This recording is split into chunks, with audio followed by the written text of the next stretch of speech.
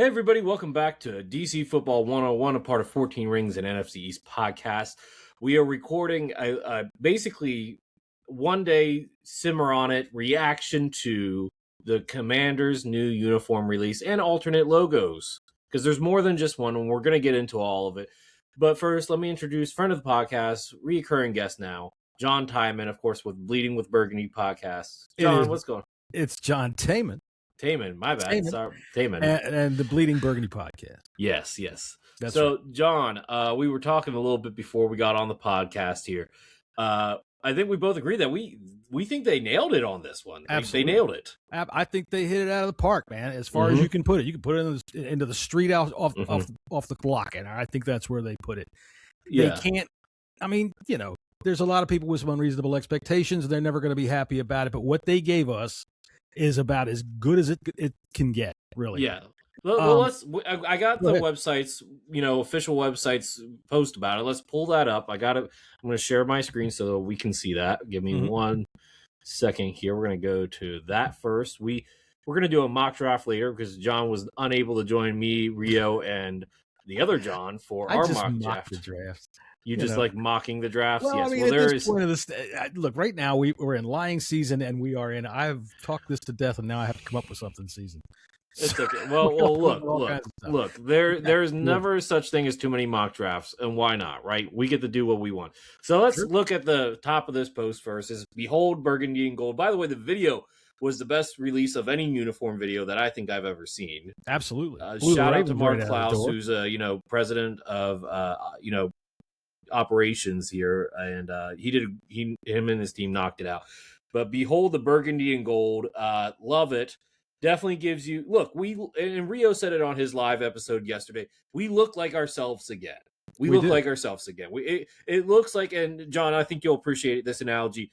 We got a facelift back in 2021, but the surgeon botched it. Now we got the replace. We fixed the plastic surgery for our team, and now we look like ourselves again, which is a little bit of a nose job, nothing crazy. I wouldn't even say that. I would say in 2021 they performed experimental surgery on us, cut our head off, put on something that didn't fit, backwards, ugly, and that's what we got. And it was horrendous. Oh yes, yeah. I'll tell you what. The picture there you're looking at on the left there, Terry McLaurin. That is our home uniform. I hope that's what the Redskins looked like. Okay? I think this is actually our away. The whites are away. The burgundy's home, and I prefer burgundy at home personally. John, okay, I'll be the honest. glory days. If we're looking at the glory days, that's what we wore at home. Was in the joke? So let's scroll down. Primary, that's going to be home. That is the burgundy. It looks great. It looks absolutely fantastic. And here's the thing that I wasn't expecting. We're going to have all three pants options. We got a red out, we have the burgundy and gold, and we have the whites. I came in when we had the white pants, when it was Mark Brunell, Glenn Portis. That's when I came in as a fan. So I think this is a great look. I like it. The helmets. It is a gloss helmet, which we were all begging for, because like the matted helmets on the primary uniforms, I didn't like matted red. Matted red I am not a fan of it. This looks a lot cleaner. It looks a lot better. And like I said, I think this is a good primary. It's going to be our home uniforms, two-tone. And look, we're not in the words of Rio, we're not Robin Hood men in tights anymore. We actually have stripes on our pants now, which I think is needed. Yeah, the single color unitard, I can't stand it. It looks terrible. No. People look like they're running around in their pajamas. The glossy helmet looks great, and really, if you look at them, as an old guy who remembers all of those days, it looks like our team. It looks like that team, except for the W on the helmet, which, look, man, you can't have everything. And if we're going to be stuck with the W, at least they gave us a nice helmet to go with it. The gold face mask makes a massive difference in terms of the overall look, to get it back to a nice, good, classic look of what they were. I think they absolutely nailed it on this, and we're all going to spend a ton of money. So here's the next one, the Hail Razor. I love the name of this, the Hail Razor. It sounds like Hellraiser. Let's get into it, because we know that the W spear got leaked the day before on some random sweater. It didn't look good on the sweater. I'm not going to lie. I was like, this is not looking great, but let's see what happens. First off, the black helmets are matted, or at least they look matted. I'm not sure if they're matted. I'm pretty sure they're matted. They're charcoal gray. They're not black. Yeah. They're not black. They're charcoal. Yeah. You're right. It does say that. So look, it looks fantastic on the helmet. Absolutely. It looks great. these black uniforms, there are no black pants variants besides just black pants. I know some people online have done, well, what if we did burgundy pants with the black jersey? I'm not opposed to that, but for right now, that does not seem like an option. I don't think it'll match very well, really, or you'll look terrible. Have you seen the pictures online, John? I'm telling you, they don't look bad. I'll tell you what. I think what we got there, the thing that I like the most on the helmet, for one, it is a charcoal gray, which means when the light hits it, it's not just a glossy black. It doesn't look like the top of somebody's car. And the fact that they put the stripes on there with the burgundy stripe on the outside, there's no white. Whereas on the red helmet, you've got the white stripe with the gold in the middle, just in the classic look. Yeah. And I'll tell you that I think just looks as sharp as can be. Now I will say one thing that I wish they did with this. I know they had the black face mask. Either a burgundy or a gold face mask, I think would have even hit it harder. But I'm okay with the black face mask. I'm not going to complain about that.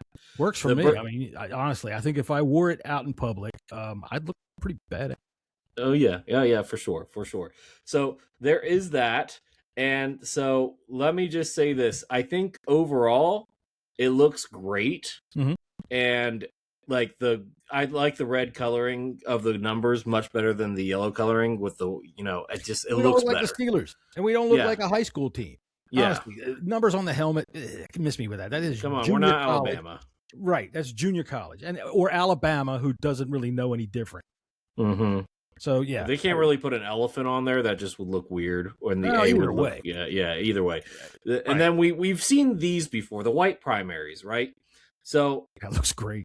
It looks great. Look, we saw it last year. It looked pretty darn good. Had some good moments. The Traylon Burks catch, for example, and just like the Christmas Day. By the way, I like the Cowboys uniform on the Christmas Day one. Just gonna say that too. I don't like the Cowboys, but the uniforms did not look bad on the Christmas Day. Look, this is classic. This is classic. Same options with the pants. You could go white out, you could go burgundy, or you can go yellow like the RG3 days.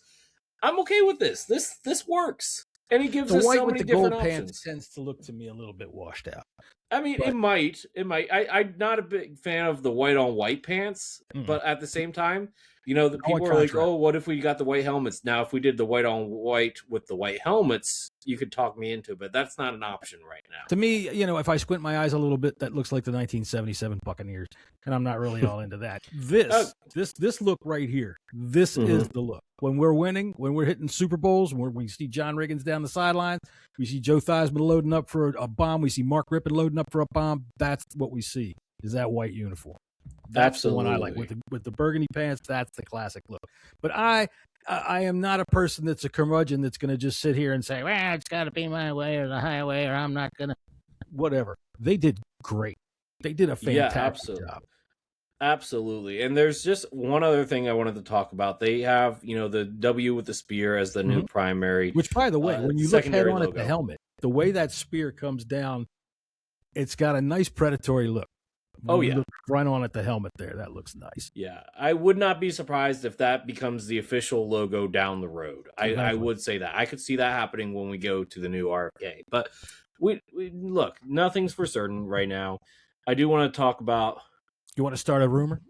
I mean, look, we can theorize for sure. I'm listening. All right, here we go. Ready? Let's get all of the folks wound up about this, because that they can't stop about the Redskins. But next year, 2027 is the 90th anniversary of the Redskins moving from Boston to Washington. So maybe we get a patch. Maybe. Look, I would be. Look, I don't think. I'm not going to say nobody was offended by the logo, but it seems like the name was more offensive than the logo. Well, look, I tell you what, there's a lot of noisy people that say a lot of noisy things, but I guarantee you, if you walk through the United States and you asked every 100 people, what is Redskins to you? 98 of them are going to say NFL football team. That's the way it was. But okay, the fact of the matter is that Dan Snyder absolutely wrecked it, ruined it, destroyed it, and with the way the owners had to go about it to get him out, realize people think the NFL is some sort of entity, right? No, the NFL is these owners. That's them. And whatever they do to one of them can be done to the others. So when you've got Dan Snyder doing all this, salacious, perverted stuff, you got 32 billionaires sitting there, or 31 other billionaires sitting there that don't want their closets turned out. Yeah. So something's got to happen so that they can pressure him into doing this. And one of the reasons, I'm going to pontificate here for a minute. Yeah. You hear a lot of fans all the time complaining because the Chiefs are beating on the drum and the Chiefs are doing the chop and they're doing all this stuff like this. And why can't we do? Why do I have to? Okay, did you notice today the Ravens unveiled their uniform? Yeah. You did. That. You know why? Because they're 45 miles away from us. And they compete with us for fans. Oh, yeah. All right. It's a business. And over the last 25 years, lots of people ran off to Baltimore. All right. So when you've got that and the NFL looking at their map and saying, Washington, D.C. has some of the most money in the country is right here. It's a top 10 market. We cannot get out of here, but we can't let it sink the ship. So the Chiefs, if you want to abdicate the Chiefs and go be a fan of another team, good luck. Denver's the closest team, or Indianapolis, 500 miles away, not just up to 5, right? Yeah. So it's a big difference. It's a big difference. Chiefs aren't losing fans, so they can do whatever the hell they want. Absolutely. We're losing all kinds of money. Change happens because of money, not because of feelings.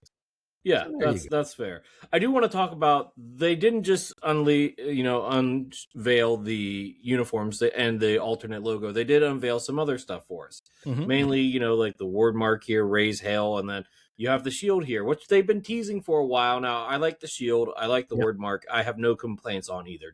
Any thoughts on either one of them? I'd tell you word mark. Yeah, go ahead. I like the Joe Gibbs R right there on the RaiseHail font. I like that. That's a nice callback right there. I wouldn't mind seeing that on the side of a helmet one day, just as an alternate when we have another new logo to deal with. And the spears, I like that too. I like the shield, and I think it gives us a good classic look. And if they're going to try to pivot and say commander is a military term that goes back, and we're talking Roman legions and all that, that works perfect. Absolutely. Works. I tend to agree. Yeah, I would definitely say that works. So now that we've gotten that out of the way, any other thoughts on this before we move on? Like I said, I thought this was fire. I think this is good. This is a good first step, and I don't think they're done. I think there's more to come. Well, I think that you have to have a couple of years. There's rules in terms of how you have to change the logo. But I think that they really did a great job. And I'm an old school fan that didn't want to see the name change. But you know what? I'm not losing football. All right. So if Dan's going to screw it up and change the name, oh, well, that's still my team. I don't, they might have called it something different, but that's my team. So this is as close of a tie back that they can give us and still move forward. Yeah. I think it's a great move. It's a banger. I think it's a great compromise because I think, when Dan Quinn had the W with the feathers on it, I was a big fan of that. To be clear, that was nice. I was a huge fan of that. That was cool. But that's still too close to where you could look. The beat reporters lost their minds that day. Oh, I know. I'm just they make really money from people having being upset. So I'm just like, okay, so that was too far. But the spears without the feather seems like a good compromise, and I think we're never going to get back to the Redskins. They're not coming back. No. It's not happening. It's not good money at this point. So what do you do instead? You bring it as close as you can and tease as best as you can. And this is a great tease. And I love it. I'm great. I'm good for it. All right. Well, John, I know it's late. Thank you for coming on. Love to have you back on for some more Commanders content. Hopefully we can sync up our scheduling with everybody else. We'd love to have you on the main episodes, of course. You know what? I think when we do our Mount Rushmore episode, you are, in polite terms, a seasoned veteran in terms of that. So I think when we do our Commanders Mount Rushmore for whatever position we do this summer, I think I have it as edge, but I'm not sure. That's a little sneak preview for everybody listening. I'll tell you what, I used to do this podcast with a Cowboys fan, all right, for 15 years. And one of the things that we learned, if you're having trouble with this, is if we put like a little ammonia on his microphone, he wouldn't try to eat it. So if you're having problems on your show, there's a tip for it. All right. And on that note, thanks, John, for coming on. Guys, you guys can check out John and all of his crew on Bleeding Burgundy podcast. Tomorrow at 5:30, in fact. Friday at 5:30. There you go. Perfect plug. And this will be out tomorrow morning, Friday at 7 a.m. That's the goal anyway. Perfect. I don't know when I'll be able to tweet this out, but it will be out on YouTube at 7 a.m. Until next time, guys, make sure you like, comment, and subscribe to 14 Rings and NFC podcast. This is our Commanders solo content, DC Football 101. I'm Lucas. This is John Tayman. And until next time, guys, RaiseHail. RaiseHail.